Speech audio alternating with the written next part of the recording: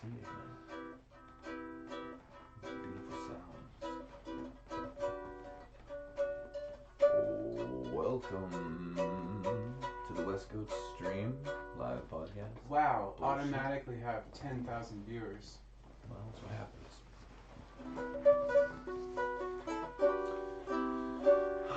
Let's start off right off the bat. I just saw a waiver wire that maybe Portland Trailblazers traded Gary Trent Jr. and Rodney Hood. That's what I hear. Or a Raptors player. I have a question. I'm a sports fan. Sure, shoot. I don't understand trading. Well, basketball is a big matchup game. I mean, in any sport, I don't understand trading. Well, it's not How's real. the value assessed? It's not really. Well, okay, let me give you an example. So there's a player, Rodney Hood, who has a specific contract that was made several years ago that's relatively decent, that only has 1 year left on it. So that contract itself is valuable to the team because they can pay other players more money with the money for that year. So some teams might be over a salary cap in that situation and look for the value of a player. So it's the value of the player. You get two even players, and one of them might have a better contract situation. Another player might have like a longer contract that's tied up more money than you want to pay for that position. Maybe they were overvalued. I guess I don't understand what you want to pay. So what you're saying is, if I have 1 year left in my contract, the person who my butthead coach traded me to has to honor the same contract amount? Oh yeah, that's kind of when you trade for someone, you trade for their contract as well. That's kind of weird. So you're that's just weird. Obviously, So, there's a lot to it I don't know about. But well, it's like that's automatically, I'm like, well, how the fuck is the value of the guy the same in a different place? it is definitely. It's definitely you definitely come with what you make at the other place. You come with you trade with the player with the contract with the player. Weird. But so what they are allowed to do though is, if the player wants to, they can restructure it. So for instance, they could take some of the guaranteed money and move some of it to like benchmark stuff, like score X amount of points per game can get you a bonus and that kind of stuff. So they can move some of the money or some of the increase of pay into bonuses as opposed to actual straight salary too. It sounds more fucking complicated than doing taxes. Well, kind of, but say like something like, I say I want to raise, and you say, well, how come I should give you a raise? And I say, well, how about you give me this lower amount? I'll take that. But then if I'm like the number 3 scorer on the team or something, then I want to get a bonus. And I say, okay, great, you'll be worth it if you do that. So it's like an incentive-based contract. So some guys want that because they're younger and they aren't going to get very much, you know. And so they're like, I want to prove that I can get more money than what you're giving me right now. All right, that makes some sense. And like I'd say, everybody has a different angle, and probably when they get drafted by the team or traded or however that they get acquired by a team, they're going to be real upfront about like what position that they're looking to be in the franchise, you know. So not necessarily is everybody told probably, hey, you're like the main guy here. I'd say very few people are ever told that. A lot of people are told right when they come in, like, hey, you know, you're a piece to this, and we hope that you can be the right piece. But I don't think anybody thinks they're playing for a team totally. Oh, dude, if you want to crush some sports ball, you gotta be willing to get traded because they're just gonna call you one day and be like, so I'll give you an example. you're fucking traded. Portland years ago got a really high draft pick when they got Zach Collins, and when he was a rookie, the year before he was like 18 years old, and he was in the national championship game with Gonzaga, and he was really a pretty dominant big man in the college, and so we drafted him, and thinking that he's going to eventually fill a spot that LaMarcus Aldridge used to have, you know, really dominant, big power forward, right? Okay, so he's been injured over a long period of time now where you get to the point where you kind of go, damn, we got to move on past that. So those guys are really hard to draft. A lot of busts in that position, a lot of big guys that just don't have NBA caliber shooting ability and they just get exposed in some way. So what ends up happening a lot of times is you make a smart draft pick when you're a medium range drafter. You're drafting in the middle rounds, so you're trying to get the best player possible. But none of those guys are big time players in the long run. Typically, it's very rare. Your big time long term players are top 10 picks of whichever given year it is. So Portland doesn't get those picks unless they have a really horrible year. So if you plan on having football. So if you plan on having Damian Lillard, you're not going to have horrible years like that typically, right? So Portland's lost a couple guys that like Nurkic and CJ missed a large portion of the season, but also Zach Collins. Zach Collins. These are three guys that would be definitely the starters on the team. Okay. Like, so you're dealing with the idea that realistically we'd like to start maybe 3 or 4 guys that we can't start because they're not on the team. Eventually you have to give up some of those draft picks that might be worth it to some other team because they want the salaries. They want all those guys with low salaries and that possibly Why don't you start coaching, dude?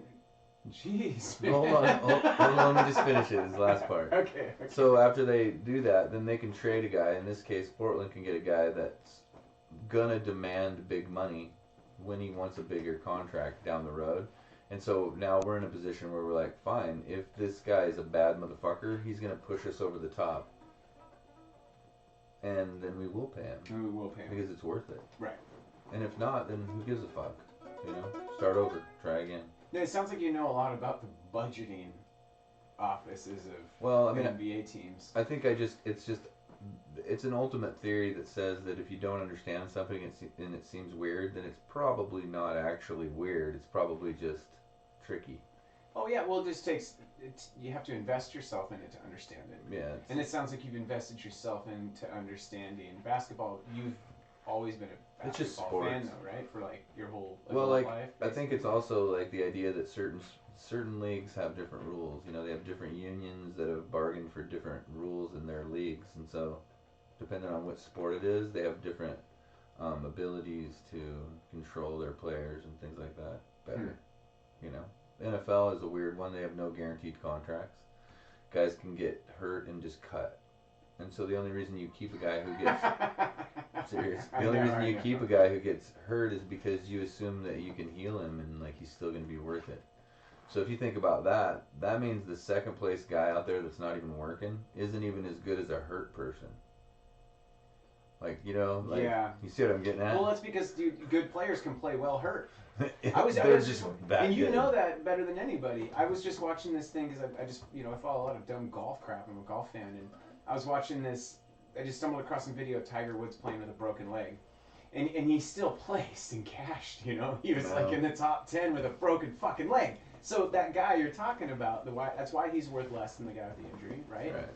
Yeah, potentially if they heal up. And there's been a lot of stories of guys who had a major injury early in their career. Michael Jordan broke his leg early in his career, fucking fixed it, fucking became Michael Jordan. Not a big deal, you know. Missed a year. Right. Yeah.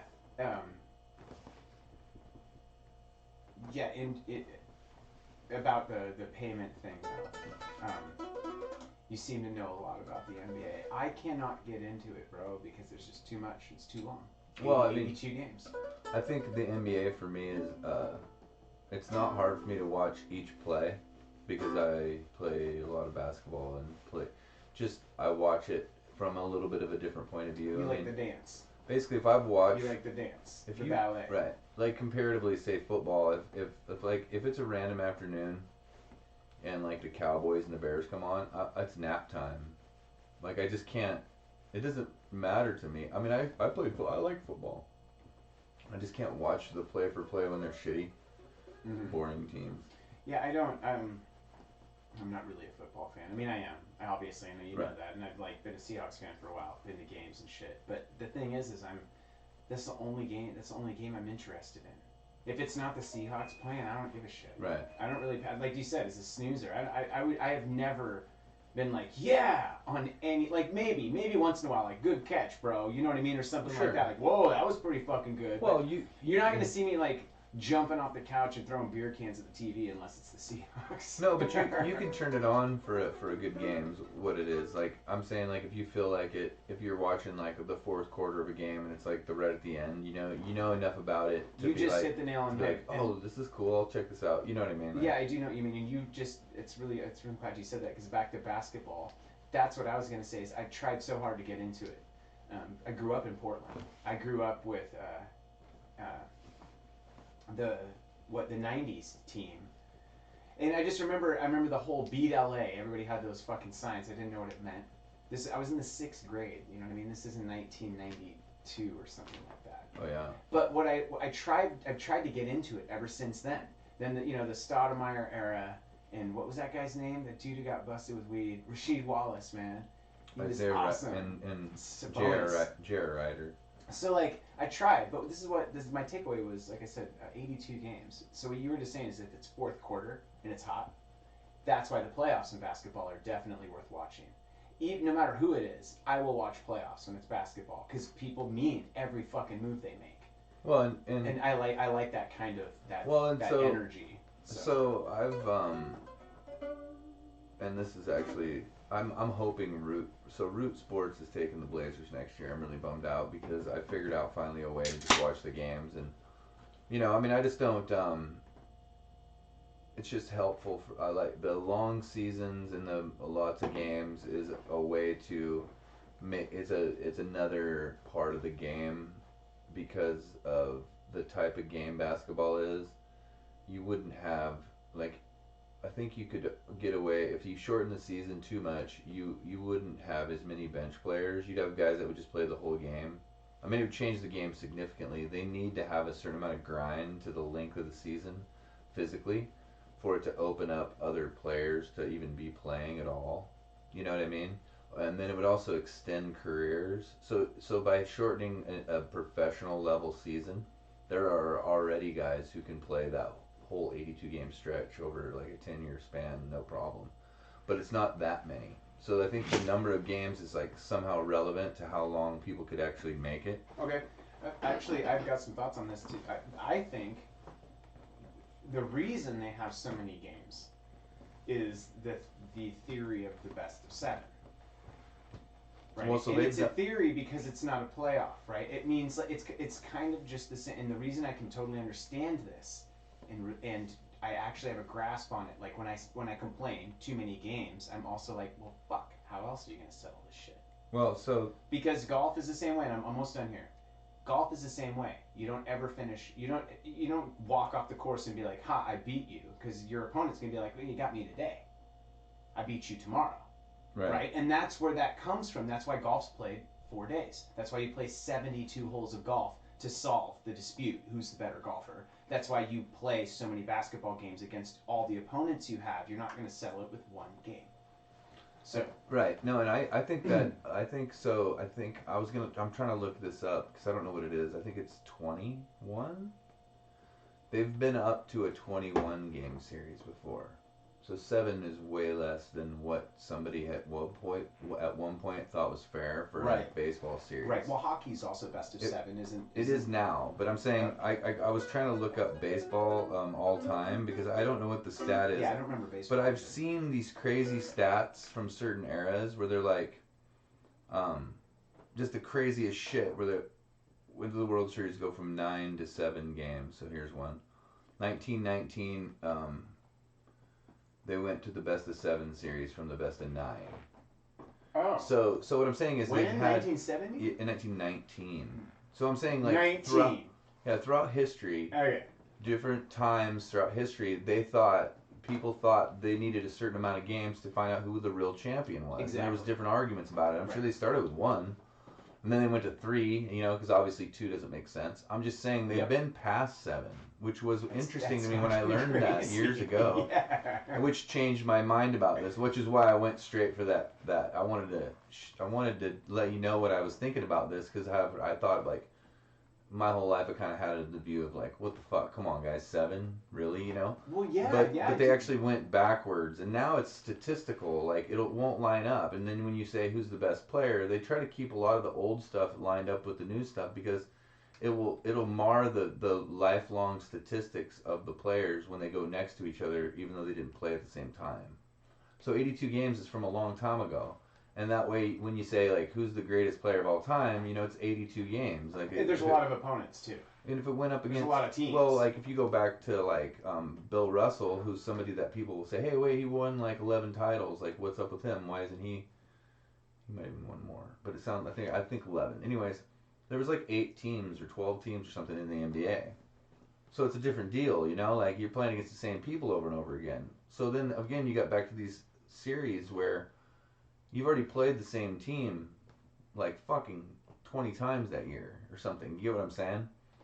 Yes. And then, so that's a different vibe than like once you get up to 30 teams or something, right? 32 teams or whatever. Right. Now you've got, I don't know, you get, there's like some perfect formula that they ought to kind of probably stay at because the human body can only go so long. And yes. like golf is 4 rounds and that's like, seems to be working all right. You know? And well, that meant a conversation for a podcast I wanted to have with you because we talk about sports sometimes about that 4 hours is how long the human body can kick ass. Well, have you ever seen a crazy tennis match? Like, yes. They have long ones because they have to end. Yes. And it's fucking outrageous. Yep. Like, yeah. 4 hours is the max. And a good way to... A buddy of mine said this to me once. He's like, he used to run a paint crew. And he's like, he could, have his whole crew painting the whole wall of a business. And he's like, the first 4 hours, they crush all this. Then we eat lunch, come back, and they do like a quarter of what they did. Oh, yeah. And it's because you're straight up. The human body kicks ass for like 4 hours. And Oh, that's why all agree. sports are 4 hours. If you ever think about it, and you gotta all get a of them. break, right? And you get a fucking break. You get a fucking break. Yeah, because you can only go so far. So like same thing with like the 82 game season. Like, with the NBA, I'm sure that people. I'm just some fucking dumb outsider, and everything I'm saying right now is definitely an outside perspective. And I'm sure it just sounds silly. No, maybe not some at of all. it doesn't too. Not at all. Which it's is all stuff I've thought about before. Football, for example, changed their game because they wanted viewers. So what did they do? Football's keep away, right? It's keep away.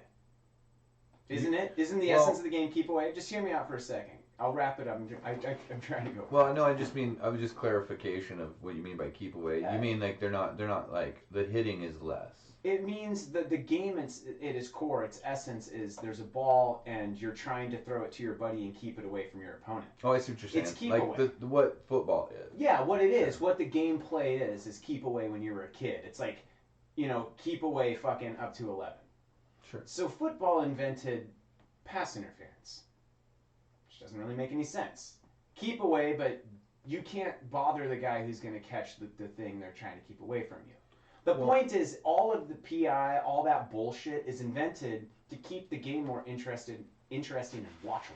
Well, I think it's way before people were even watching it. I think more about integrity. No, because you're a sports guy. You remember the Smash Mouth 70s. You're a Raiders fan too. Yeah, but you could the guys who branded Smash Mouth fucking football. But technically, right? But technically, nobody wanted to watch that slugfest. No, I'm just saying there was still pass interference though. There was not pass interference. They just didn't call it the same way. The rule existed. Pass interference didn't come along until the 90s, right? right? No. You can't just do whatever you want to people down the field. Like they would just have tackled people. They wouldn't have had any passing. Why wouldn't you just tackle? So you're saying PI's always been there. It's just gotten more defined. It's just more. It's like no, because dude, like this is PI. Like you wave your hand the wrong way. It's like that's PI. They've added a bunch of officials. And sure. Okay, I didn't want to talk about. I wanted to keep on the subject of basketball because you seem to know a lot about it, and I was trying to relate the viewership thing to it, meaning my outside perspective on sports and basketball. So my perspective on football is that these rules were, if you say, enhanced because they needed it to be more entertaining to watch. People want to see the guy catch the ball. So it did. It raised viewership. They did away with that fucking smash 'em, fucking bash 'em into the ground Raiders football of the late 70s, and it evolved into the ballet we know of as football today. So my point is with basketball, what about a bigger court, man? You know what I mean? Or what about like a goalie, dude? You know what I mean? Well, so they've had something crazy. No, I really don't. I really think that something to kick it I up think a it's notch. actually not. I think you're saying these things kind of casually, or but I think that I, I think it's been proven over and over that it's really, really hard to make a game that's actually got balanced. And when I use like the word integrity, it has to have a way to not just make the whole thing kind of like ruined by the person who likes to like shit on stuff, like who likes to exploit the just loophole. shit it, yeah, shit Yeah. on it. So you Okay. have to structure rules in a game to make it. I mean, look at the X Games and how bad it failed. Like they tried a million different things, and it's really hard to make games that are entertaining. And so like football is a really good example That's of a that really good because point. the NFL existed when it was so small and nothing, and college football was huge. I mean, there was 100,000 people in stadiums watching Michigan against Ohio State But before. they're students though. Oh, hold on, no, I'm talking 110,000 people, not 20,000, not 15,000, 120,000 Sure. in 1910 before power. Yeah. I'm telling you, it's I was gonna entertaining. say, They didn't like, even okay. have forward Okay, passes. yeah.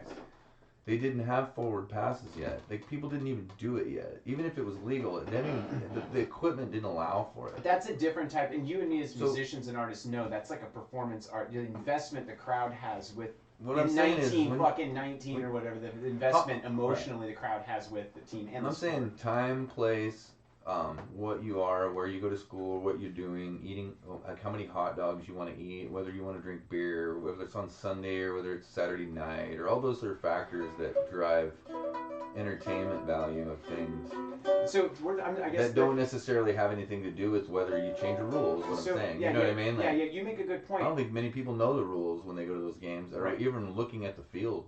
Yeah, What They I've don't know gone, until they're they not hear the looking. commentator. They're not looking. So you make a good point, and I guess I could have specified more when I said that to specify television, watching on TV. Right. So that's more, but that TV. More watchable on TV. I would say TV too. TV. What's the TV probably in every house and sometime in the 60s maybe. I don't know. Is it 70s? I'm not really sure the history of TV, but What, I know that football when was quite it in a every bit. household? Sports are quite a bit Late behind. 60s. Yeah. Quite a bit behind that. Really, sports aren't really that big financially until the 80s and 90s. Magic Johnson and Larry Bird were pretty much the innovators of the financial aspect of basketball in the early 80s, and Jordan took that to another level. But that simultaneously was with like the corporation of Nike and like free trade, Bill Clinton era. Like there's a lot of factors to it. There's know, something that, like, too about knowing the sport, right? Because and I've wanted to talk about this too in our podcast, not just about sports, but like basketball intimately. Well, right? there's this game that's really famous called the Heidi game. It's an NFL game, and it's a playoff game where the Raiders were playing, and it went to overtime. But the TV broadcasters weren't even at work that day. This is how much football didn't matter. And they weren't even there at CBS that day. And so the game automatically switched onto broadcast at the time frame where the movie Heidi was playing. And so it was like literally like, he dropped back the pass for the game-winning throw, and then Heidi comes on. Do-do-do-do-do, the movie Heidi. And it like literally just went away forever. And so after that, they never fucked that up again, because that's how little sports meant though. In the late 70s, so like again, it wasn't big at all. So again, though, I want to check this out. Hear me out here.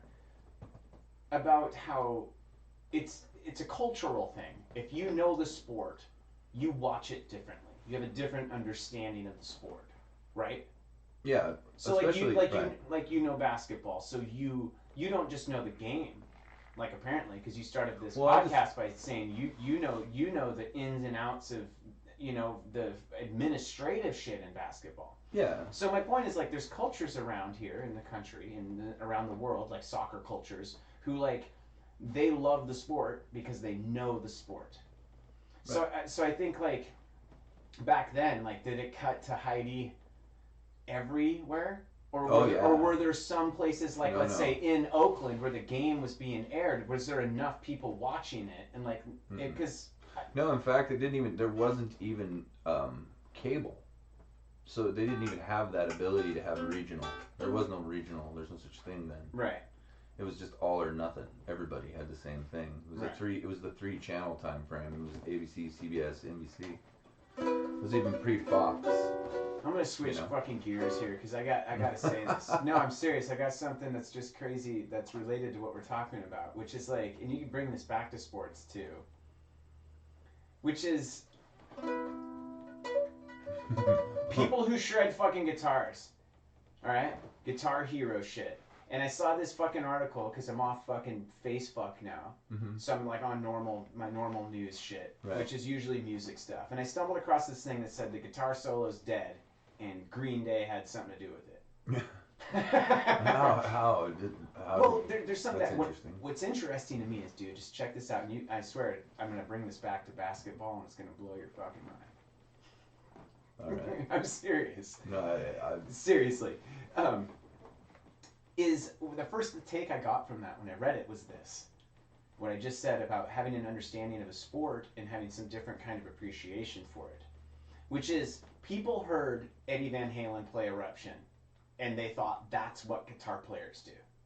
Sure. So, you and me, musicians, the truth is that the producer was taking a fucking shit and heard Eddie warming up in the other room in the studio.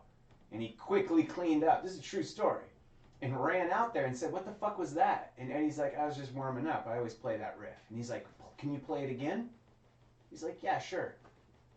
That riff gets out on the radio. Everyone hears it, and they're like, "That's how guitar players sound." Right. And they go out, and there's the Guitar Hero era. So as a guitar player myself, who's been playing for 25 years, I can tell you there's nothing enjoyable about listening to a guy completely peel wire. It's not palatable. Even myself, I love Steve Vai. I love Randy Rhoads. I love Zakk Wylde. But like, how much of that shit can you really handle? The point is, Eruption it's not Eddie. Eddie goes out and plays Unchained and does an 8-second guitar solo. The song is just riffs, danceable riffs, man. Right. So the point is, I know that because I know guitar. I don't know physics, but like, people who do tell me Einstein was a genius. Do I know that Einstein was a genius? All I know is someone else said he was. I don't really have an understanding of what makes him genius. That's. So you see what I'm saying? But I mean, again, that's kind of like. My point, bringing it back to basketball, is that you have an understanding of basketball that not everybody else has, and a lot of other people do too. And they're more invested in that sport, and can be, because they have this intimate, relationship with it. I also think that I guess, but I also think that there's a different way to approach something. There's another category in which there are things that people think they can gain access to the information through, like, learning about it, as opposed to it being like innate in the person themselves, or just investing. It's like something you can't, no matter what you do. It's not because you don't know about it. It's just because I know more than even other people that know about it. Oh. At any given moment, a person can do that as well. And so, I mean, hold your thought really quick. I just want to say really seriously, hold your thought. I just want to say really quick, to get back to the Green Day thing. The guitar solo isn't dead. It never existed. It sucked the whole time. Nobody wanted to hear it. Well, it was just on TV. What I'm saying is when go ahead. What I think I'm saying is, though, is, people like stuff whether they know why they like it or not. They don't like stuff whether they don't know. They don't have to be informed to be turned on or turned off. Like, I only try to refine. I don't try to change anybody's mind about something. I just simply mean is I'm trying to refine the way they're looking at something, for instance, because maybe they just don't like it because they didn't understand a couple things about it. And if that's what it is, then, it's nice to be open to people to let them know, like, hey, maybe you just didn't know. That's actually not true. Like, like players in sports make less money than most regular people compared to what their owners make. Then that's just a fact of economics. And so when people bitch about it does interest me too. And that's why I like listening to this. You talk about it because I'm ignorant about it, so I feel like it's something I ought to know. I thought it was an oddity that people would assume that a group of inner city kids could somehow make money, a lot of money, from rich tycoon types. Like, why that would be so odd that they wouldn't be getting fucked. You're talking about like the stereotypical rising Why up and wouldn't? making it to the NBA guy. No, just Is that what everybody, even the guy at the very top, even LeBron James, Okay. technically isn't actually making as much money as he probably should for what he's worth to that Okay. owner. Comparatively to just some guy that's roofing on a roofing crew, he probably makes like $20 an hour, and what he's actually worth is probably like $20 an hour. You know what I mean? Yeah, Like yeah. maybe 25. You get what I'm saying? Like it's actually like it's odd, but some people just are worth just a lot more, and it's kind of hard to stomach. Well, I think it's They make money for people. People want to pay to see them, and that's just how it goes. Sure. That's a really great, interesting topic. I mean, I think the fish has proven that. Like, I mean, shit. Absolutely. I would say this. Another thing is that that's the long going conversation or argument just about like this guy makes more than this guy. Why does this guy make that much? And what people don't really talk about is who has the desire to want to pay somebody that much to get what they're looking for. Do you know what I mean when I say that? Right. So I mean like a owner of an NFL team, and he's like, no, I've got so much fucking money, I want a guy who's going to win, and I'll pay whatever the fuck he wants. Right. And if for some reason, if this happens somewhere in the world, you were a restaurant owner, you happen to be like tied in with the mafia too, and you just had endless money. You're like, no, I want the best fucking chef in the world. I'll give him $1 million. You know what I mean? Well, you're gonna get the best chef in the world. Well, and I also that's all I'm saying. Like, you'll get that motherfucker if you pay them that, and that's why they make that much money. Well, and there's a different code. And that's not just sports. That could be anything. No. Anything. That's why I was gonna say there's there's like a code. How bad do you want what you need to pay the guy to get it? So there's a code in each type of business that like for instance, if you play basketball for a living but you're not in the NBA, you're broke. That's just the way that goes. There's no secondary. There's no secondary league. If you play basketball for a living and you're not in the NBA, you're broke. So who's playing? Oh, like you're street baller? Oh, well that, or you're playing No, I'm talking like that's definitely a real thing. I know. Seriously, I had friends who played Laurelhurst for cash every fucking weekend. Well, I mean, those guys are serious as fuck. And you can imagine that Portland isn't nearly what New York is, or something like that, or LA, or whatever. Right. But what I mean I mean like Thailand or China or the NBA Developmental League or there's a bunch of different leagues that pay money. They just don't pay that much. And for what you have to do, get up every morning, lift weights, and do all this shit, like really, it's a hardcore lifestyle. It's like, hell yes. And I think you make probably about the same as you would be like doing push-ups for the military. And if you're if you're a real bad motherfucker, you're gonna shine in the military instead of like playing against other NBA type talent. You're gonna be going against some really hard motherfuckers, And like that's no offense against the Marines, but that ain't the NFL. And it's if you're like same thing with football. Like if you're on the cusp of making it, you're fucked financially. Same as musicians, right? I mean, all the money's at the top. Yeah. You know what I mean? So in restaurant, the code for restaurant is location, and then number 2 is location, and then number 3 is location. And then the following fourth one's location, and that's it. Like McDonald's crushes I think that's fading, location. But yes, that used to be the thing, and that's why McDonald's owns all of their shit because he wants the real estate. But you know what? It's not.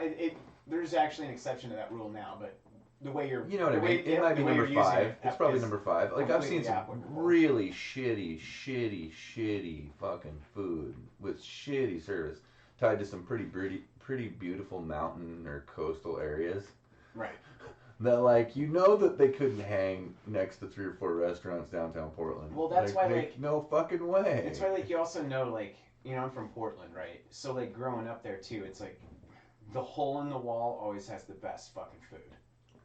Well, I mean, there's a reason for that, maybe and too. At that moment, you got to drive there. Is what I mean. They got the worst location you could ever think of, and they have a line out the fucking door because they're just doing it right. But that's my mind kicks me into something else too, which is like limited. So when someone nails something, and then they also clean off their menu. Like my buddy had a fucking food cart for a while, and he started to realize that if he made a burger a certain way, he had to have all these extra condiments, and then he had to have all this refrigeration space. And everything wasn't able to cross over to another type of thing, And so then he was like, fuck that. I'm going to make burgers like I want to make them because then I can just have the shit I want to have that goes to this other stuff, So you make these they were just different. They just didn't have all the normal shit on them, right? So anyways, I don't remember everything that was on them, but they had coleslaw and It was different. They're delicious. And I'm saying is it was out of like necessity. You know what I mean? It's like No, I actually I've been scheming to open my own fucking food cart for 10 years, and I was actually going to right before this COVID shit, and we started this band, and I know everything you just said to me made complete perfect sense. What you're doing is you're trying to streamline your ingredients so you can make a multi-use. The less ingredients you have, the more of them you'll move, and if it's good, you'll make money off of it. And if it's staple, if you have something that's staple, like a chili, and it could be like a chili burger, chili dog, or a cup of chili, or and it's just that kind of, like you say, like it's not only multi-use with the ingredients, but it's multi-use with its own self. If it's good, it's gonna sell itself too, and you're not gonna be throwing shit out because you don't have a ton of shit. Right. So I mean, the idea though is you have to sell a lot of it. Right. So that's the problem. That's the hang up with trying to specialize and to strip down your menu like that. That's what I mean. If nobody wants that, then you're fucked. I mean, there's people come up to your food cart and they're like, well, all you have is this like heartburn. Well, I gotta go get something else because I already have heartburn. Right. And then you're hoping it's the crew that's like, you guys want to get heartburn? You know what I mean? Right. There's going to be a line and of that's guys. What, again, like... Because that's like the In-N-Out thing. Well, those right? fucking that's guys... Why, like, people go out of their way to get that garbage. Well, these fuckers... Including me. These fuckers down here that were open... I don't know why his name's slipping past me, but anyways, there was a food cart down here in downtown that was open after the bars were closed. Like, he fucking opened at like 2. Tim would know who it was. Okay. That's not uncommon in Portland. And like, dude, yeah, it was fucking amazing, because like, even he was open like 1 o'clock in the morning, right? Mm-hmm. And like, fucking hot, fresh tacos, burritos, like steaming 1 a.m., dude, and everybody's hanging out and shit. And it's a hot summer night. Mm-hmm. Like, dude, it just crushed. And so that's what people won't do because they're just babies. They just won't work. So like that's a good idea, but nobody even wants. They're all drunk at 9 p.m. Every bar owner I know. Damn near. I love them all, but if any of them are watching, sorry to tell you, but damn, dude, like, you're not into it. You've been to Seattle? You familiar with Seattle? Oh yeah, but not not for a long time. So I'm not like totally familiar with the names of the streets, but it's like that main drag, the oldest drag, and it goes up to CenturyLink Field, basically. Like that's where the Central Bar is. Mm-hmm. So I used to play there with the band I was in. Yeah, probably. And there's all those fucking food carts on that sidewalk. They only come out at 1 in the morning. Right. So you get out of the bar, you go get a fucking gyro. Right. You go get fucking. Granted, there's go millions. Get a shish kebab or something, dude. There's millions of fuckers. And it's like you get out of the bar and you can just smell it down the sidewalk. You're like, oh damn. Well, they fucked up the bars. Spots, they fucked up the laws because they made like somebody thinks that like eating fucking food is gonna make them not get drunk or some bullshit, whatever the fuck kind of con. So then they made that law where all the bars have to be able to serve 5 items or some shit. It depends state to state. In Oregon, it's if you have liquor, I think. Right, but my point is that fucks those food carts up though, because people order basically shitty, overpriced tater tots. Yeah. And they can't go outside and eat some fucking hot skirt steak fucking just because the bar is serving it doesn't mean you have to order it. No, but they're in there. And you can't drink your beer outside because they got another fucking stupid law. That's like, true.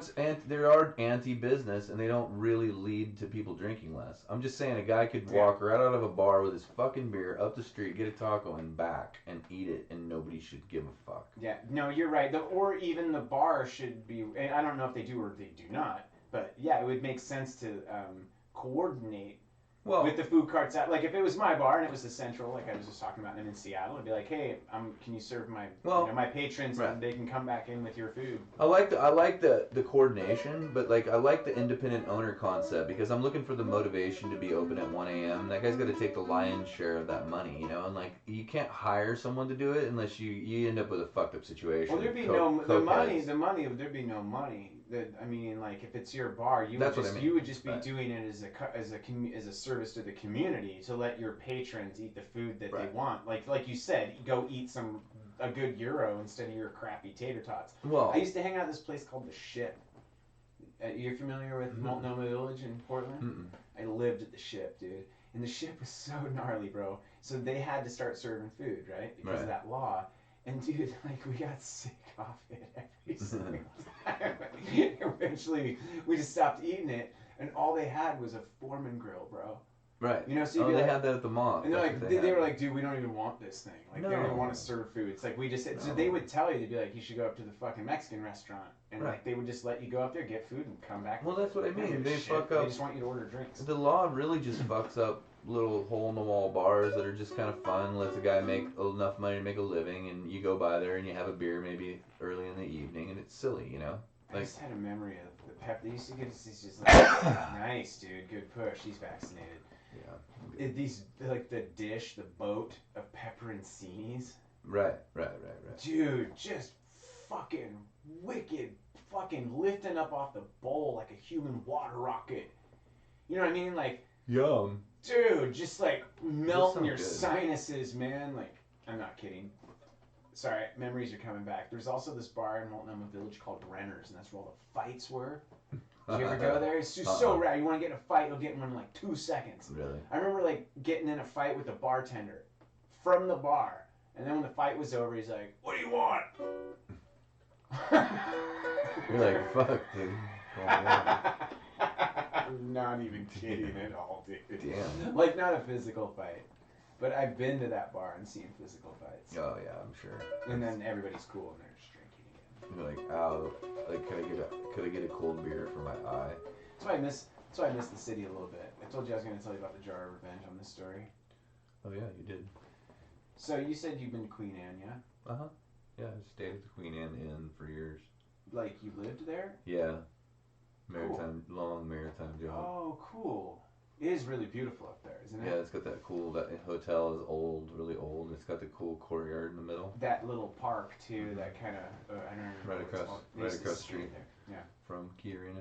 Right. Oh, yeah, well, no, it's up the hill from Key Arena. The You park can see is. Key Arena from the park, yeah. Yeah. So, I lived there and I moved there to turn 21 years old. That was like my goal. So I was really young, and this is in like 1999. No, this is 2000. In the year Right. 2000. Right after Y2K. Yeah, dude. Right after Y2K, you knew the world wasn't going to end, so you went for it. I guess so. When I think back to then, dude, I'd beat me up. Okay. Say that again? I would beat me up if I met me then. I was kind of a douche. I mean, I guess good enough guy to get here. Anyway, who cares? Here's the point. Like, Turned 21. What did you do wrong? Like, what were you doing I wrong? wasn't a great guy. I was kind of a selfish dick when I was a kid. Oh, sure, I can relate to that. Okay, my buddy, I'm just gonna call him Sizzle Nuts, and that's his actual name. Anybody who knows him, his name's been Sizzle Nuts for 23 years, so That's trademark. it's trademarked. Sizzle Nuts and me are bar hopping, and it's my first experience bar hopping. And I told you this story about how it's like, man, liquor's really expensive, dude. It's so cheap at the liquor store. So I would just go to the liquor store and buy those little airplane bottles, go to the bar, and order a soda. And I remember going to my buddy like, dude, they gave it to me for free, bro. And he's like, yeah, dude, they think you're driving. And I'm like, yeah, well, what? Fuck them. I just have my own liquor. Basically, I just didn't understand how bars work. Okay, this is gonna get bad. I started stealing shit from this bar. Like, I steal their sign. I steal their, like, wait to be seated sign. Next thing you know, I'm in the alleyway, and the owner has both his hands around my neck and has me lifted up, not even shitting you at all, up against the brick wall in the alleyway. And the chef has a fucking one of those rolling pins in his hand. Dang. Yeah. So I look down at the dude, and I'm just like, back then, I guess I was a douche, but I was kind of taking, I remember, like, I gotta own this. I have this coming. You know what I mean? That's how I felt. I'm like, there's nothing I can do, Nick. You got yourself, you know what I mean? Like, there's nothing you can do. These guys are huge. You're done. Right. And then I hear this, fuck you, you fags. Fags. And I look over, and it's my buddy, Sizzle Nuts. And these two guys apparently were gay. I did not know, and I'm not homophobic in the slightest. But back then, even when I was 21 years old, my buddy was definitely, and I don't care if he wants to argue that he's not, but absolutely. So these guys looked at my buddy, dropped the fucking rolling pin, dropped me, and they ran after my homie. And then the jar of revenge was born. We got back, and my buddy's like chewing. He's like, I'm gonna throw this chew spit in that dude's bar. I was like, nah, we need to add some shit to it. Totino's pizza, yogurt, fish. Everything we found in the house we put into this jar. and it was an Ovaltine jar. Mm. So we set it in the window facing the bay, right? Queen Anne, that park you were just talking about. Mm-hmm. Next morning, I wake up, I look in that jar, and what do you think I see? Mold. Oh, dude, I'm not even kidding you, Roman. Death. No. Something was Yeah, added to the jar while I was sleeping, without my consent. Piss. No, this is a lot more visible. Semen. Whoa, we didn't think of that. Shit. There's a fucking turd floating, and I'm all, dude, what the fuck? So I flipped out. Like, oh, I almost said his name. Sizzle. Mm-hmm. Did you put a fucking turd in that jar? He's like laughing. I'm like, we need to transfer it out of the Ovaltine jar. So. It's getting heavy. It's getting heavy. We put it in a glass jar. Meanwhile, we're still adding shit to it. Next morning, it's clearly pressurized. You can see the lid. Do you know what I mean? I'm like, bro, we gotta, the chick we lived with, we were renting from, she's like, you gotta get that thing out of my apartment. We lived in a really nice apartment in Queen Anne. Nice. Yeah. I mean, you know. Yeah. So we Okay. take it out into the hallway, and we crack the lid. Dude, when the smell hit, Sizzle instantly threw up right into the jar. Nice. Fresh edition. Keeps getting worse here. Yeah, I'm serious, Roman. I'm serious. This is all serious. So this is like one of those staircase hallways, like in the apartment. Mm-hmm. Like we went out of the hallway because we knew it was something weird was gonna go down. Mm-hmm. Put the lid back on it, pressurized again. We take it outside the next day, and when I cracked it, literal visible gas shot out from this thing. Nice. And I'm like, dude, this thing is technically a bioweapon at this point. Sure. So I transferred it to D. And I brought it to Punch Bowl. And I hid it just in the forest on the left side of the road right before you get to Punch Bowl. 2 years later, we're having a skateboard competition up at York Hill. My buddy, you went to that party, didn't you? I'm not sure. The Halloween half-pipe party? I don't think so, but I remember hearing about it. All right, here's the end of the story. I'm sorry it's so long. No, I like it. Okay. It's good. It's a good story. We're like, let's get the jar. We'll use the jar as the trophy for the half-pipe competition. Oh, that's genius. Right? That's what I thought. A lot of people thought I was really crazy, but thanks, man. I like that idea. Okay. So, after like an hour of just straight combing the forest, with like 6 or 7 of us, James, Liz, you know what I mean? All of us were up there. Finally, I found it. And I remember when I brushed the like pine needles off the lid, it says, because we wrote it and I forgot we wrote it, it says, "Revenge in a jar. Do not open." Nice. I like that. Clearly, it says do not open, Right. Okay, well here's where it ends. We're driving to the fucking half pipe, and we're like driving past the first house on the York Hill party strip. Remember Sure, that? The barn. sure. There was like Remy's house and then the trailer. Right. So we go past Remy's house, and I'm talking about this in the back seat, and James just slams on the brakes. He's like, turns around, he's all, "Did you just fucking say that thing is in my car?" I was like, "Yeah, dude, you helped us pick it up, man." He's like, "Get that thing the fuck out of my car." So took it out of his car before we even got to the half pipe, like in between houses, and it's still there somewhere. There's Jar of Revenge. Moral of the story: why did we make that thing? I don't know. Because we were dicks. Well, but you could have thrown it at the guy's bar. That guy pulled up to me and Sizzle Nuts when we were walking into a Trader Joe's the next day after all that story I told you happened.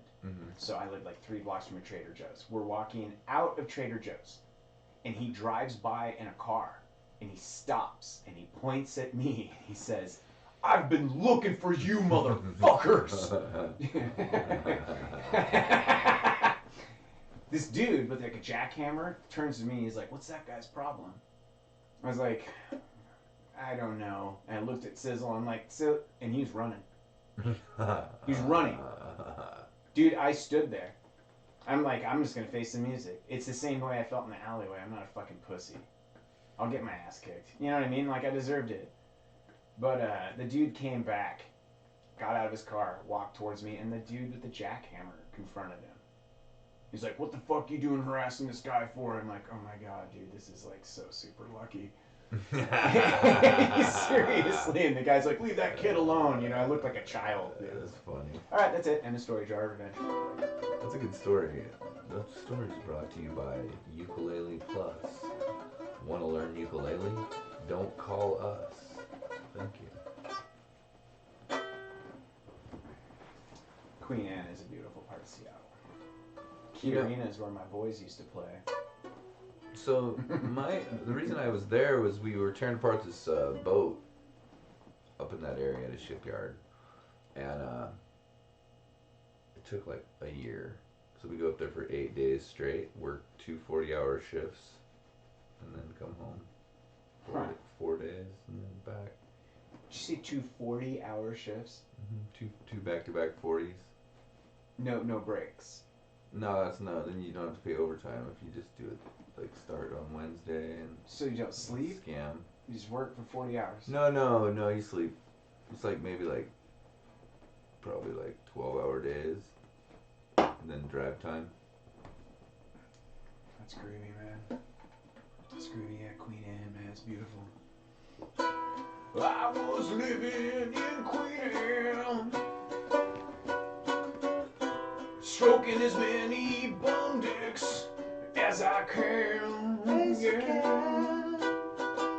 Stroking bum wang, ready to receive the dried up, nasty man. Well, that was disturbing lyrics.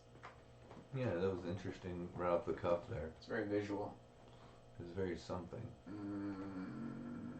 It's so weird. You know, I was just telling you that story and I was remembering some fucked up shit. And I used to that was when I first discovered I could buy, I could just go buy any alcohol. I was 21. I was drinking anything back then. Yeah, I know, it's weird. I used to go to strip clubs and get a fucking graveyard picture, dude. That sounds delicious. I'm serious. Have you done a graveyard picture before? I mean, I don't really know. What's the difference between that and a scorpion bowl? Exactly, because it's beer. I mean, spirits is different than beer. A graveyard pitcher is like, you got IPAs and Rainier and shit, you know what I mean? It's fucking nasty, man. But I don't even understand why they serve something like that. Dude, you have to ask for it. It was that time I was telling you when I was at that strip club. This is the last time I had a graveyard pitcher. I was at the Boom Boom Room, right next to the DJ booth. And the DJ's like, hey, everybody give it up for Nick. It's Nick's birthday. Remember me telling you that story? Sure. And everyone at our table's all, woo! And it turned out there was another Nick there, and it was just one dude and his buddy. They were visibly pissed. And the DJ was like, yo, man, that was for this dude. But it was too late. There was more of us than there was of them. And while he said that, I was drinking a graveyard pitcher of beer. Yeah, it doesn't sound very good to me. Because, I mean, even if you're trying to get drunk, you just get, the highest percentage of beer, right? I mean, the graveyard there doesn't seem to be any reason for it. It's just because it's outrageous. That's the only reason you do it is because it's dumb.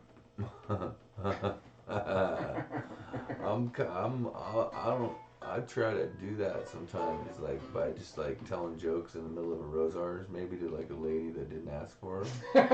Yeah, but not with beer. Shit. Not with beer. Not with something like that. That shit sounds like heartburn. Everything kind of that I think about when I want to eat, it could either be yes or no heartburn.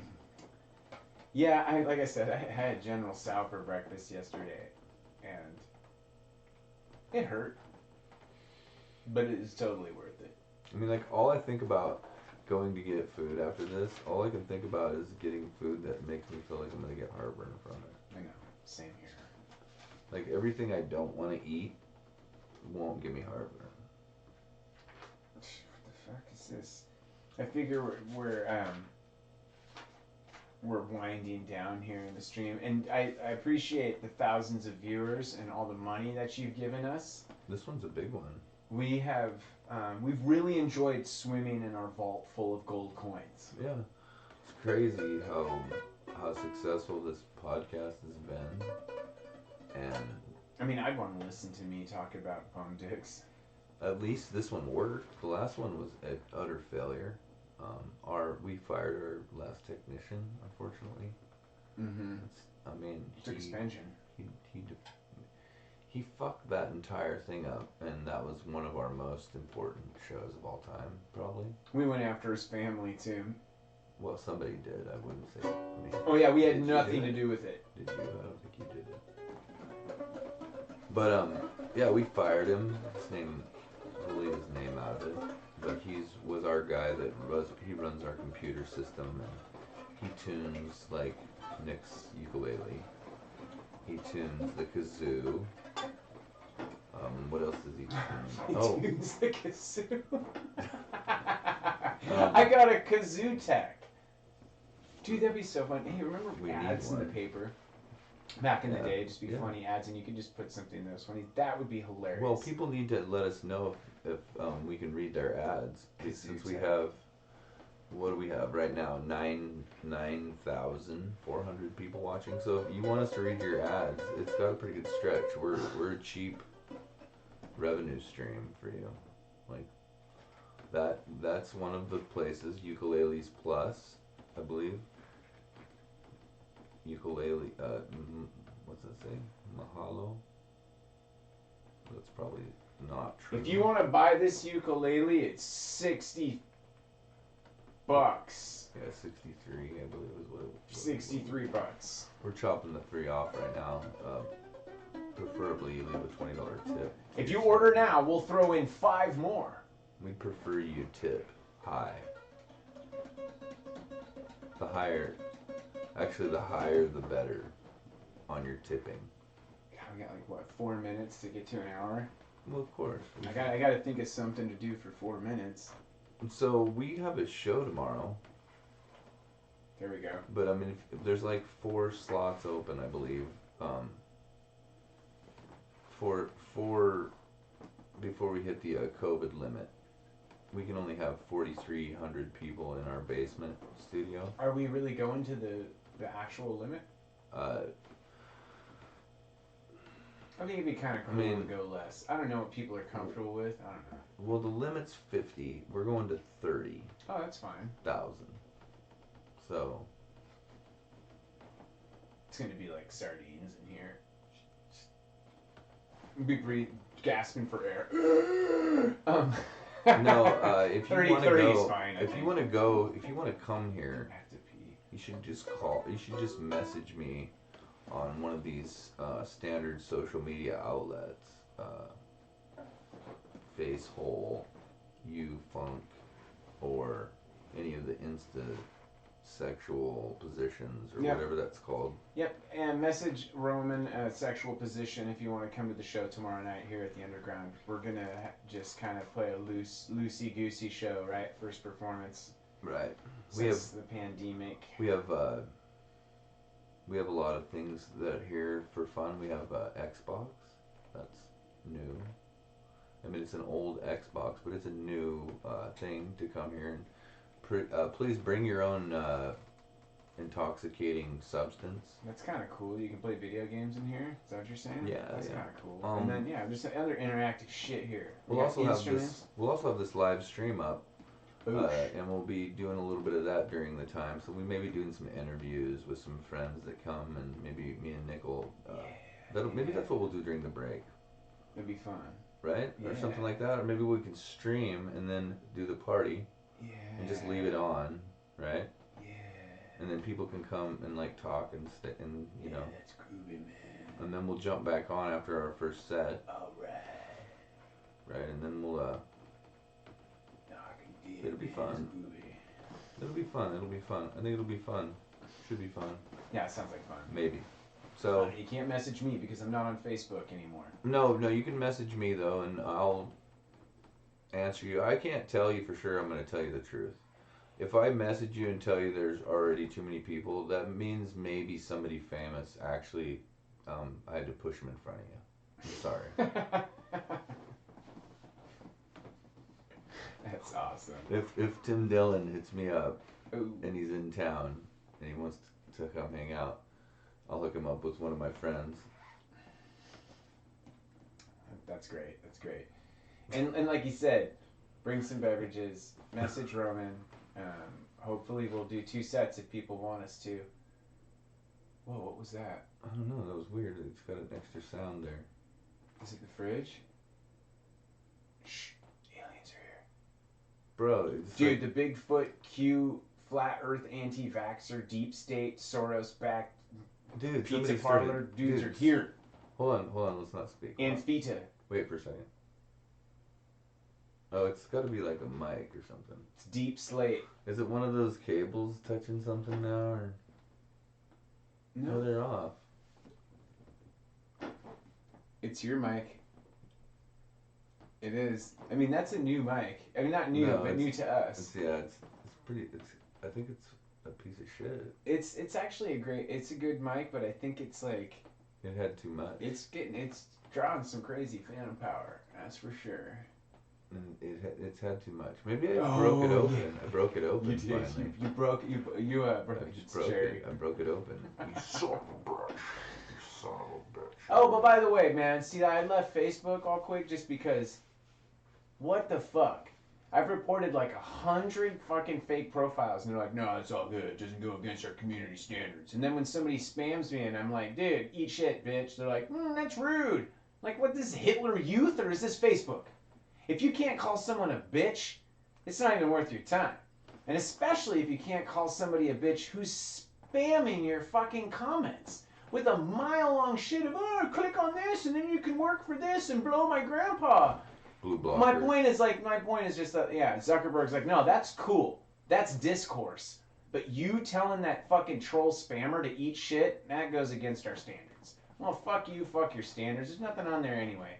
And nobody even sees my shit anyway because they don't let anybody. It's really weird. It's a really counterproductive strategy if they're trying to make money. Because, well, I'm not on it. And neither is anyone else, like, that's anywhere younger than me, dude. Like, it's just for dudes in this. Anyway, sorry, I'm done. That was a nice. It pissed me off. I mean, obviously, the only value I get out of it is being able to communicate for things like this, our stream and our band and shit like that. So I would probably try to use Facebook for administrative shit like some other day and sign on so I can use their shit. But yeah, there's nothing on there of any value to me anyway. I agree. Seriously, I like it's all to be spam, well. fucking fake profiles. Well, I like for people like that, you know, the few people that we know to be able to be on there when they can, if they want to. Right. And that's about it. Same reason you're talking about. But otherwise, yeah, it's a pretty shitty deal. And, Yeah. This mic's pretty fucked. But you know what the best part is? I have a brand new mic. It's in the mail. It should be here tomorrow. Yeah, unless that dude's like. Very excited about that. Yeah, that postmaster guy, he got your box at his house, dude. Well, luckily, I know the post office guy that delivers that particular brand. No, I was talking about the postmaster general, dude. The actual postmaster general. That's the cocksucking mailman. That jerk dude has your shit. He probably took my mic. No, he took my Blazer jersey. They decided they didn't have those jerseys really or something. And he wiped his butt with your jersey and then sent it to you. It's a real disappointing situation. Detroit. I was really disappointed. I had that. I already bought it, and they sent me an email saying, "Sorry, bud." Seriously? Yeah, man. I'm really bummed out. Mm. It was a really dope jersey. It was supposed to be here today, and instead I got an email saying, "Yeah, well, guess what? Fuck off." Yeah, well, guess what? Fuck off. That sounds like how people are doing business nowadays.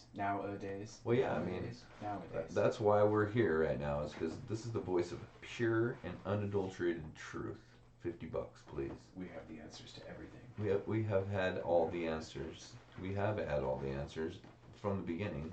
You probably weren't listening. Now, if you're listening, finally, after everything, especially everything Nick has said about the future, has come true, mysteriously. I have great sources. Mysteriously? Mm-hmm. Time machines? Huh? Time machines? I was walking down the street. I was looking for a bag of dope. I bumped into some random dude, and then I bought the dope. That's what it was like in the 90s. Sniffing that blow in the alleyway, rocking it up and smoking it all day. I've actually never smoked crack. That's why it's fun to sing about it. You didn't. You could have just left it there. It doesn't sound enjoyable to me. Well, I mean, I'm not gonna lie. If it did, I'd do it. I think nowadays the way that I think people think, the way they're a little more hardcore. I believe crack belongs in the nowadays. Back then, the world was too soft for that word. It seems to blend in now.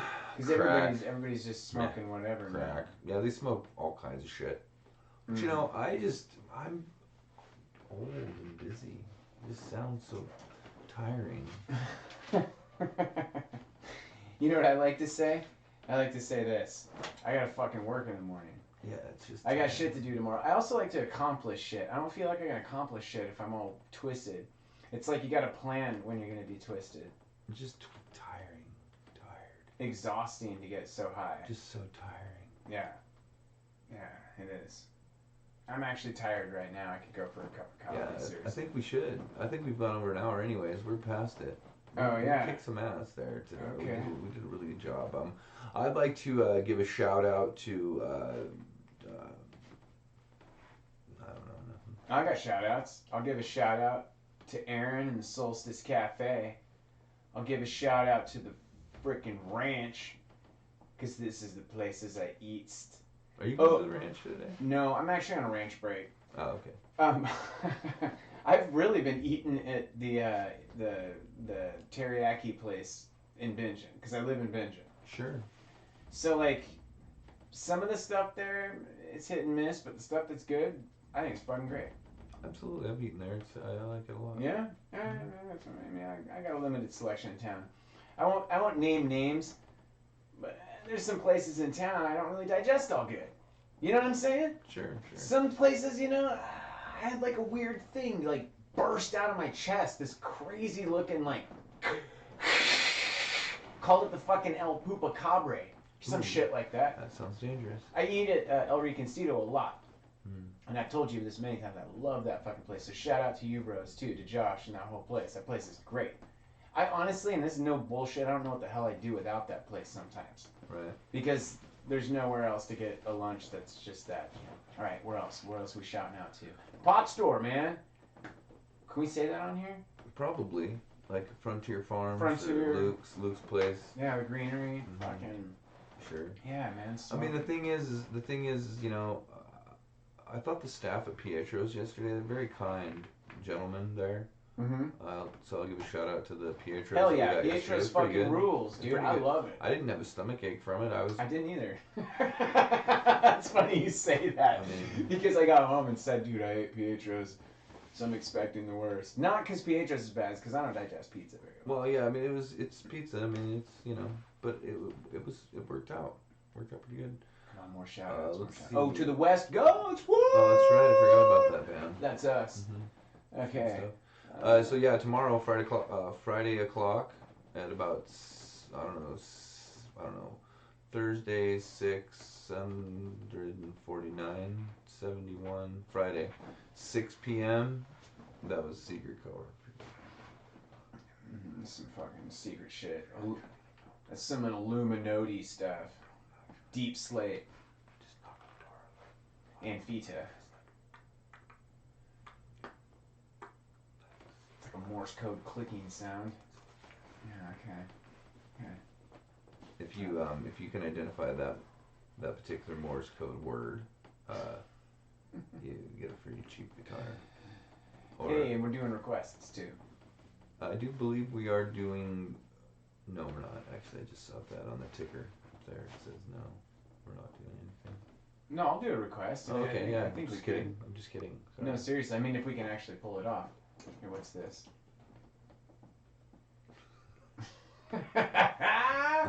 Oh shit! Oh, dude, we take this very seriously.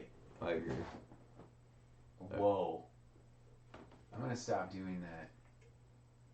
That could have been bad. There we go. Perfect. All right. Well, I think we're gonna go ahead and sign off today. So today's been wonderful. We appreciate you, all you viewers. And There. I don't know how many we've had today. Hundreds of interactions on chat and the different, all everybody's different idea of what is exciting